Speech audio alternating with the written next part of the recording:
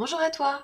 Alors aujourd'hui on va créer la première épingle dans un tableau. Je te montre tout de suite comment faire.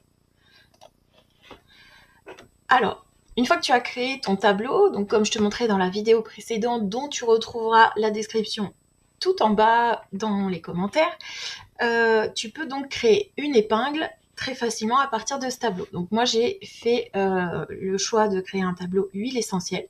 En cliquant sur le plus ici en bas, je peux donc créer ma première épingle. Donc je sélectionne épingle. Ici je vais avoir plusieurs choses à remplir. Donc la première chose qu'on me demande, c'est de sélectionner une image. Donc je sélectionne mon image et la voici.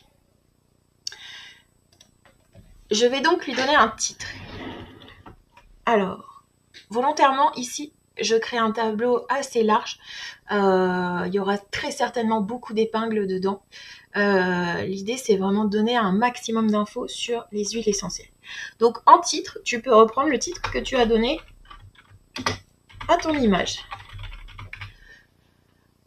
Ensuite, il va falloir que tu donnes une description détaillée de ce que tu vas proposer dans cette épingle. Donc,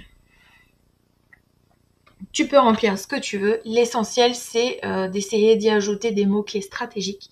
Voilà, moi, je vais rentrer une description.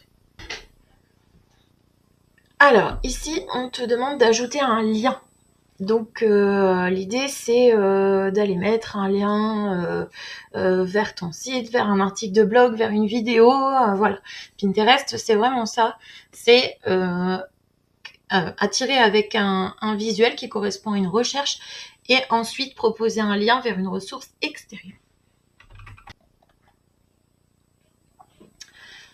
Alors, une fois que tu as fait ça, tu peux choisir de publier ton épingle maintenant. Si tu veux la programmer, tu peux cliquer sur publier plus tard et choisir une date ultérieure.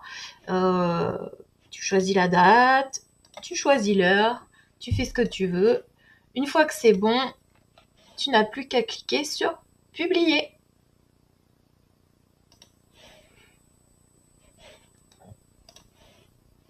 Et voilà, c'est fait.